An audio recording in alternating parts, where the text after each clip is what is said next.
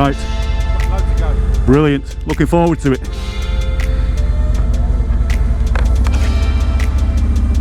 Takes some getting used to. See you in a bit.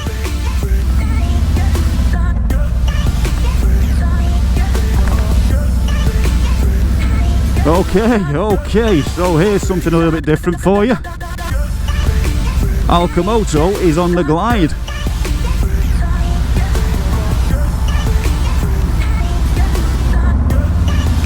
So we're just going to take it easy now and just get used to this bike, because we've got footboards, which I'm not used to. It's forward controls, so that is a bonus. Now we're going to have to fill this up as well. We've got 35-mile range, but we've also got the sat-nav, which is it's this is so bizarre now for me.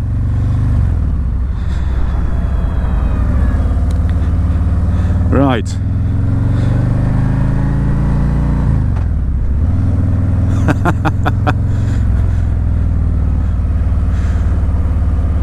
It's not what you're used to seeing from the front of my camera, folks, this, is it? But let me just get used to the feel of this now before we start to do the review. So we've got low fuel detected now, so we're going to have to fill this up.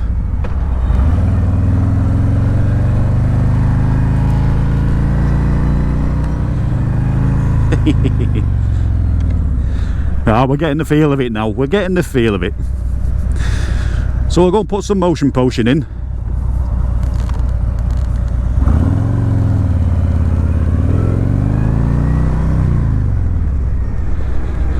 And then we'll hit the review side of things. Definitely feel the weight now when you come into a stop. Now with the lowrider, it was a little bit more balanced.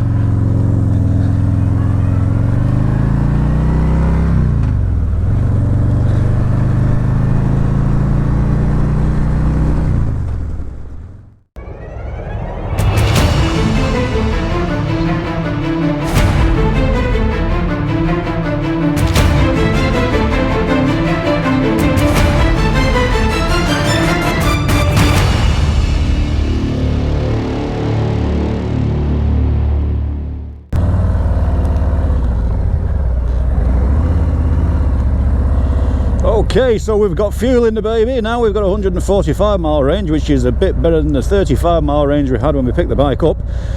So thanks HD. And we've only done about 3 miles on the bike now, so we're going to take it back on the similar route to what we did before on the Lowrider S. Now, of course,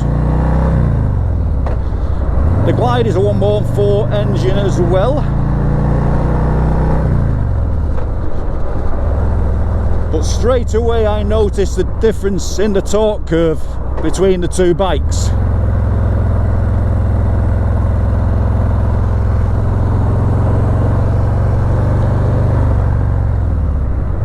And again, she feels really planted, so there's no issues at all there. I'll take this right and come down by the dockside on the Wharf Road.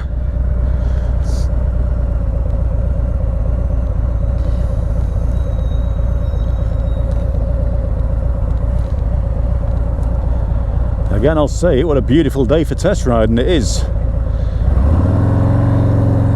Getting used to those footboards now. Okay.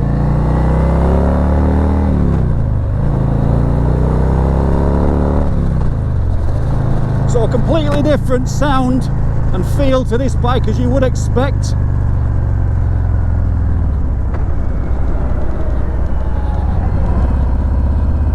Now we're just taking those corners a little bit easier. We don't know what the scrape value is on this, but I thought that was a friend of mine then. And we're on the opposite sides of the quays now to where we were before. Beautiful view over into Salford. Okay, so the Street Glide feels a balanced bike, and with this one, a little bit of a dip to the left again with your hands off, but she's very, very stable with it. So being the first time now riding a a bagger with the full screen. What's my opinion of that? Well, my opinion of this bike is, once you've been on it a few miles, it feels part of you. Okay, so you're moulded in with the bike, you know, you're not on top of it, you're in it. Which is absolutely, you know, a good feeling. It's moulded. You feel again, like I said this on the low ride, you could jump on it and go up to Aberdeen, John O'Groats, which you could, but in comparison you could do it so laid back on this bike.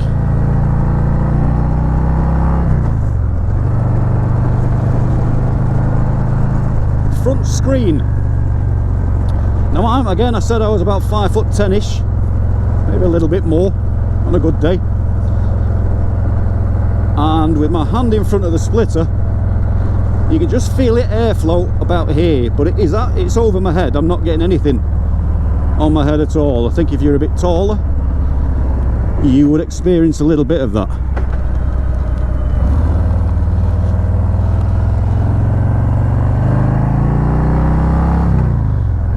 And if that was the case anyway, you can get a more of a raised splitter for the top, or an extension, so I believe.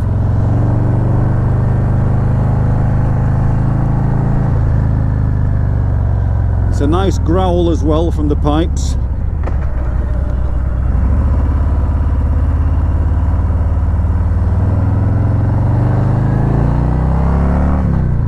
And it's certainly got the power, but it's not got the same, on the second gear, the torque curve as the lowrider. Obviously it's built completely different bike, but using the same Milwaukee 114 engine, it feels completely different. Now the brakes on this, like I said, they've got a softer feel to them, which isn't a bad thing. It's a heavy bike, you know, you don't want to be snatching on a heavy bike.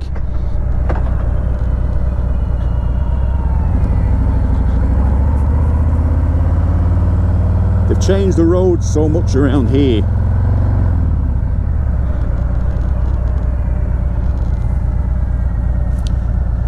Okay, so there's a nice little low speed test. Let's go around again. So literally 5 miles an hour.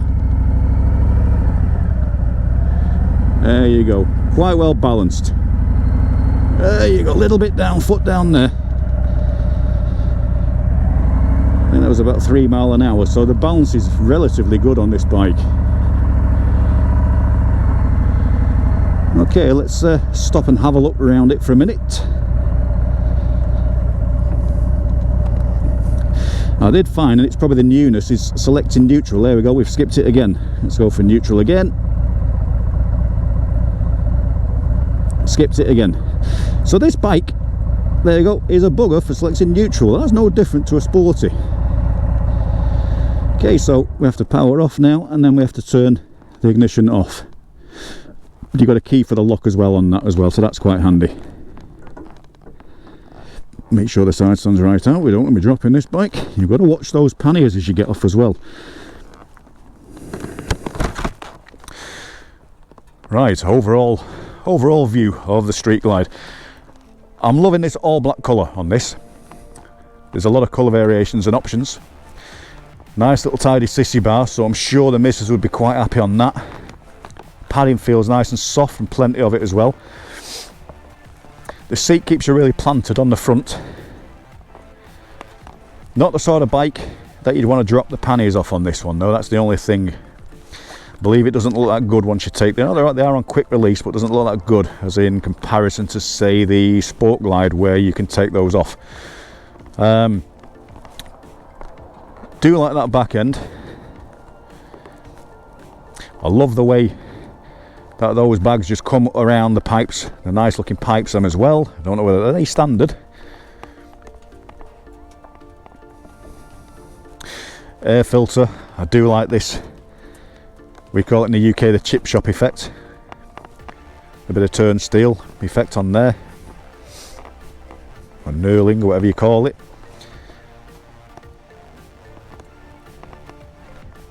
So really this is basically just like the Road King with the added extra of the sat nav and the full fairing.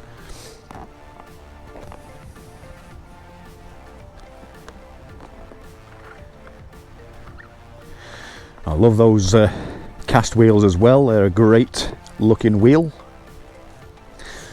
Oil cooler at the front. It's going to collect the road debris there, as you can just see a little bit. Quite a large rectifier as well. It's a nice looking bike.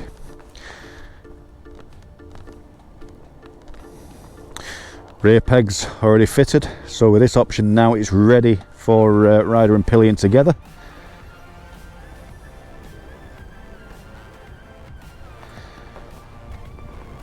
I'm damn sure you could load up that now for any weekend away and not have to think about it.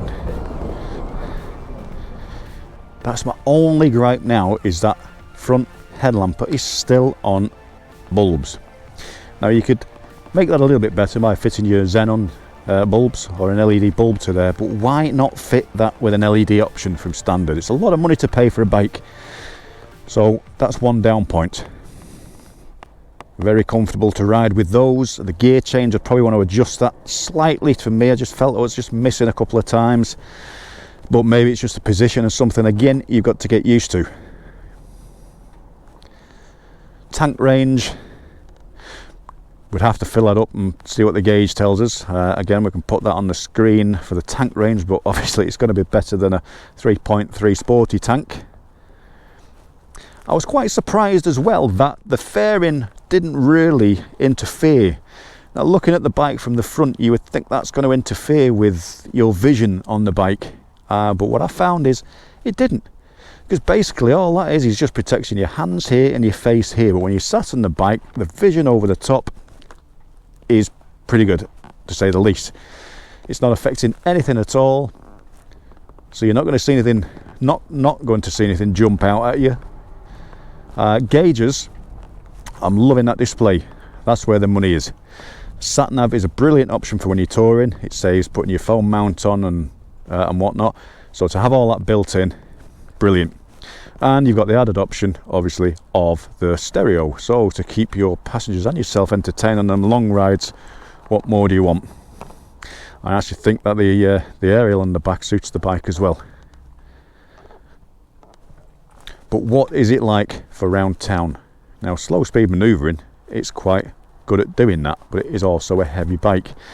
So if you're coming up from, say, a Softail frame to something like this, then it's something you would have to get used to with the weight on those slow manoeuvres. But it's the first time for me on a bagger, and I actually found it not too bad. Yeah, it was a little bit apprehensive coming out of Harley's dealership car park then on the first point of this test ride, but once you're on the road and you found your feet, it's no different than any other. So all those spurs just cast out the window, and I think I could quite easily live with this bike. But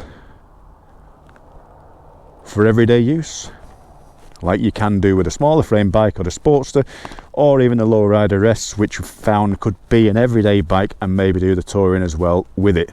So in comparison to this bike, not too sure. So we're going to jump on it anyway and do some more riding and see how it fares just on those local rides, and see whether it could be used as an everyday rider as well. Or is it too big for that? Or is it just purely left for those longer journeys? What do you think, guys? Anyway, let's get back on the road and do some more riding.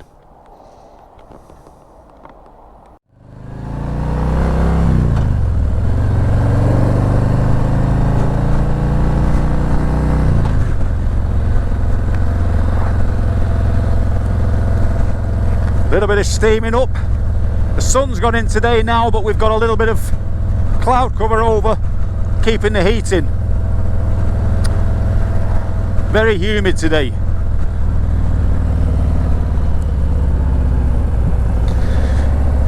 So if we hit back up to the top of here and find a roundabout, come round a roundabout and up the back road that we hit on the ride with the lowrider. We could have gone down Mazda Road up there.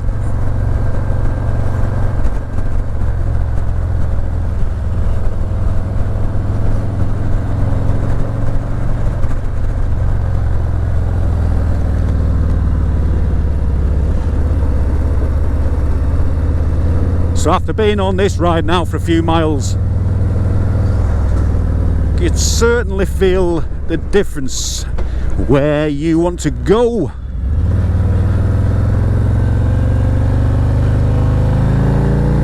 bearings. You want to go all the time with a low rider. It's just got that, you know, factor about it. As soon as you hit that second gear, this is all about the cruise. Lay back, enjoy. The seat is so comfortable. It's soft and it's plush, you know, and that's the standard. Whereas usually I'm used to a harder seat, you know, so again, that's a plus point.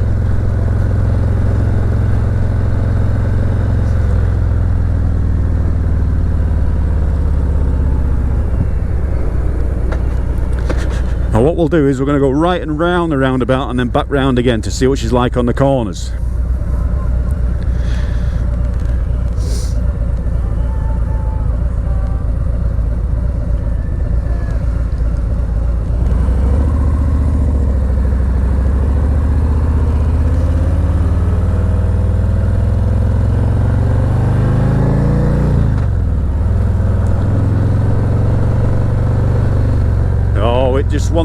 It just wants to roll with you.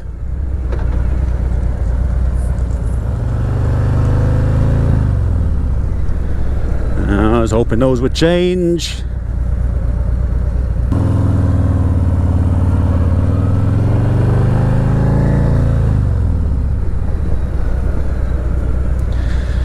Nice. As before, when you get the green lights on the roundabout to go all the way around, it's an absolute pain when you get them like this, so unfortunately, but we got a little bit of an idea there, and yeah, that was comfortable.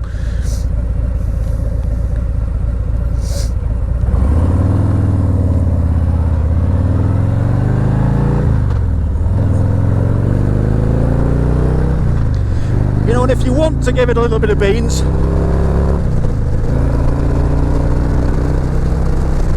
then she'll have a bit of that as well.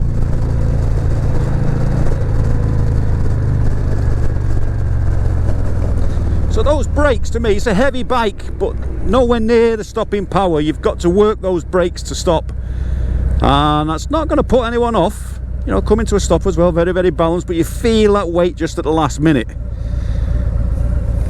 But in comparison to the brakes on the lowrider, these just feel a bit spongy, and I'm still struggling with that neutral. I think it's just the newness.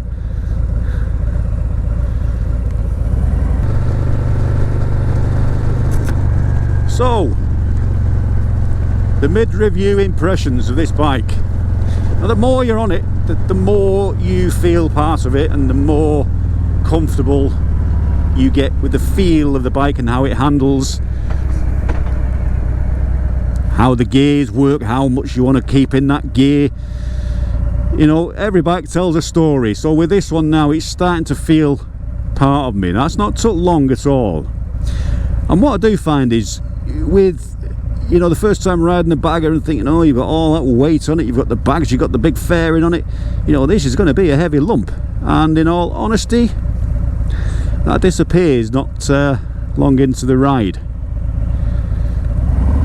And to take off, that is so smooth.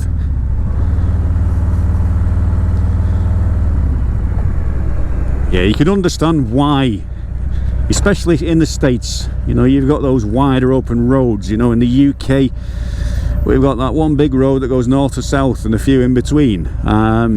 So that's the conclusion, isn't it? You know, what is this bike like for the UK roads?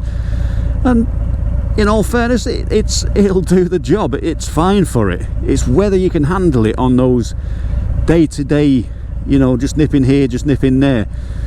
One thing I can feel is the heat from those pipes at the back, more so on my right leg.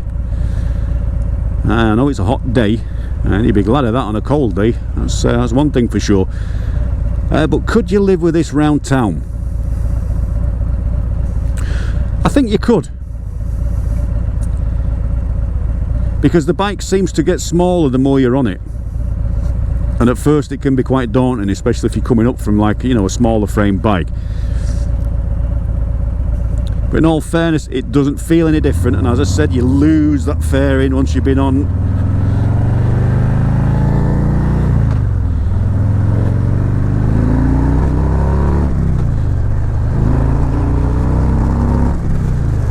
And I said before, you know, if you want to give it those beans, it will go with it.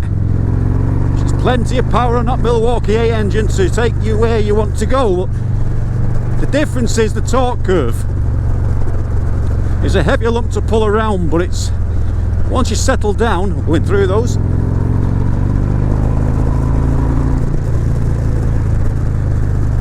you know, she feels absolutely planted to the ground. It's a comfortable ride, very comfortable ride.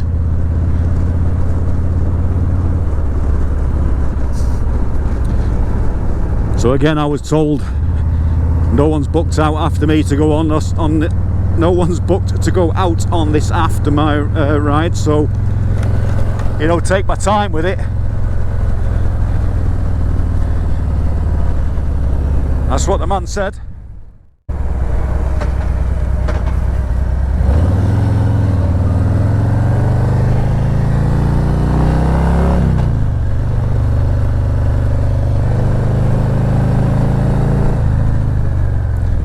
Okay, so there's the braking there, and it felt like you really had to work those brakes to come to a stop, whereas on the low rider it was a lot easier,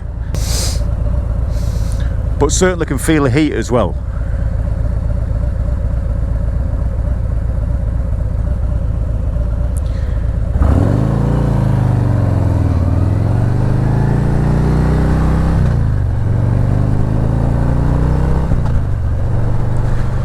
Couple of black clouds ahead as well. Let's hope it doesn't give me a downpour.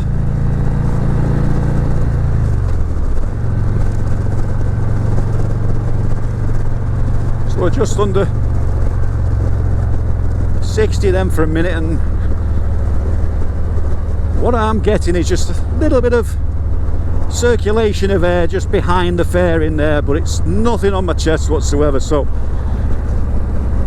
you know, from only having that small dark fly screen on the 48, which it does take a lot off your chest, by the way, you know, for riding on the highway. But the first time to have this big lump of fairing in front of me, it doesn't take that fact away that you're, you know, with the elements.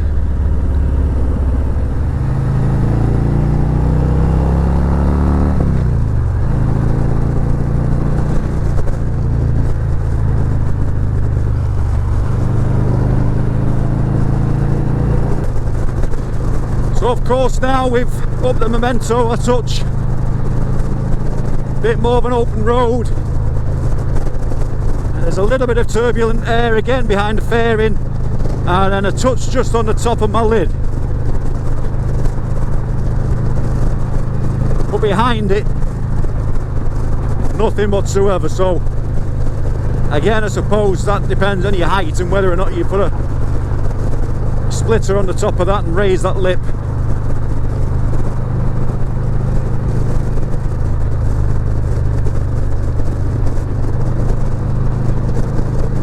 Over the lumps and bumps on this road, she's soaking them up, but I do feel like the suspension on the low rider soaks every bump, even a little bit more than this. But again, it's probably not adjusted to my weight. I might have just dropped lucky that the low rider was, but you're not feeling any jarring whatsoever, and I wouldn't expect to anyway on a bike like this.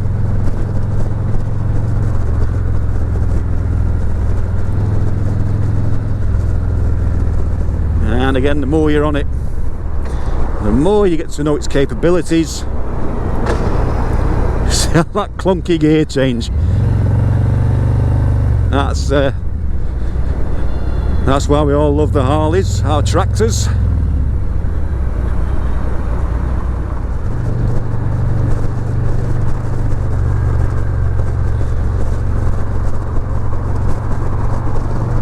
So that brings us to, would I buy this bike? Okay, so let's start with the positives. It's got everything you need in a tourer. You've got the sat nav, you've got the radio, you've got the cruise control, you've got the traction control if the weather changes, you've got the footboards, which you know, now I'm used to them. They are absolutely unbelievable. I can't get over how the position on this bike, for my height, with the rider triangle now, the way my legs are, it fits me perfectly. And I never thought I'd say that. Part of my mind was thinking, I'm going to get on this bike and after a few miles I'm going to hate it. And you know, my opinions have changed.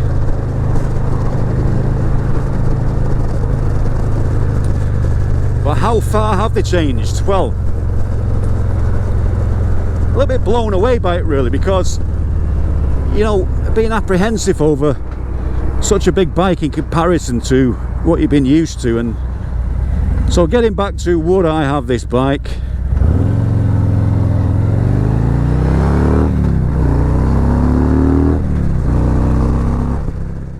And the answer is yes, I would. I really would have this bike. Now, you wouldn't want, if you're going to keep a Sportster and have something else to accompany it, this would be the bike to accompany the Sportster. Keep the Sportster for the weekend or for the weeknights, the little razzers around the country roads and meeting up with your mates, a couple of bars and things like that. You could also do that on this, but on some of the back roads we ride at weekends, and you've seen them if you watch my vlogs, some of those small B roads and narrow roads to fly around at weekend with a bagger. If you were taking the missus out and choose your route over to the lakes or anything like that, what a fantastic bike this would be. Riding up to the Highlands, down to Land's End, the list goes on and on. You know, you fill those bags up and off you go. You know, this is the bike for it, and I can see that now. I can see why they're so popular.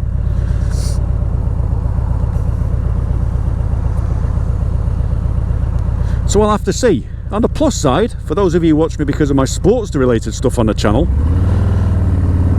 nothing will be happening this year for a start.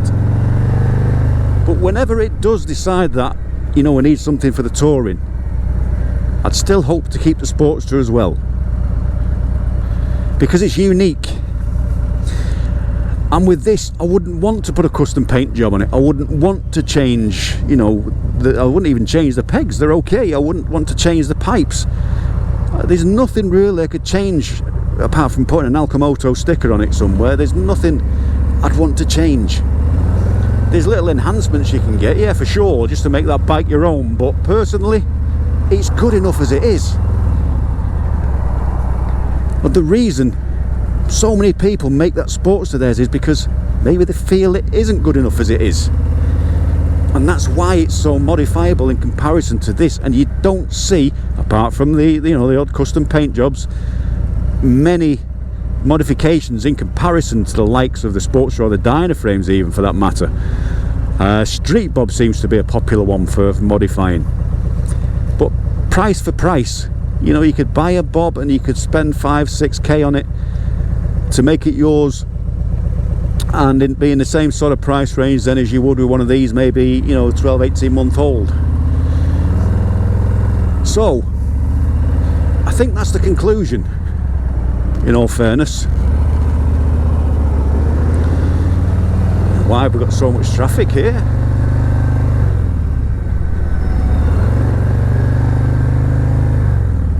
So I'll leave that one for you to think about.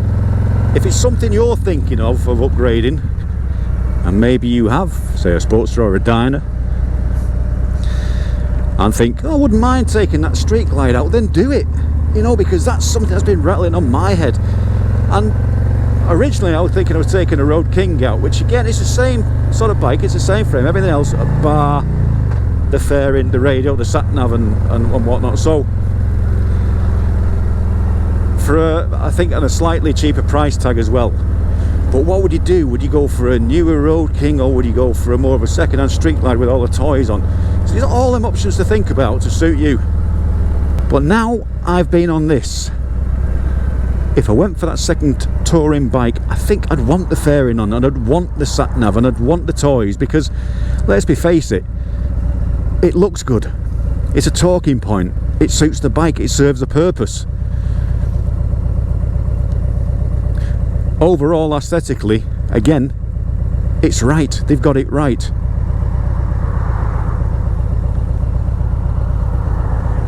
But getting back to the bike, the fuel level there now is showing half. I've got a range of 129 miles. You've got your gear indicator on there, RPM and a volt gauge, all handy things, and any toys underneath. We've not played with the other switches. I might press a self-destruct button, and I don't want to do that until I know what everything does. So, but we're going to head back now. We're just coming back up to Manchester Harley Davidson, so coming to the end of this test ride and mild review.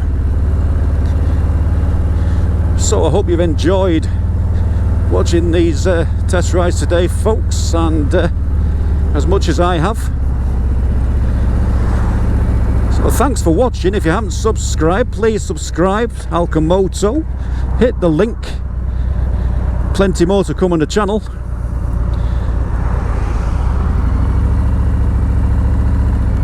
So stay with me, folks, and I'll see you soon.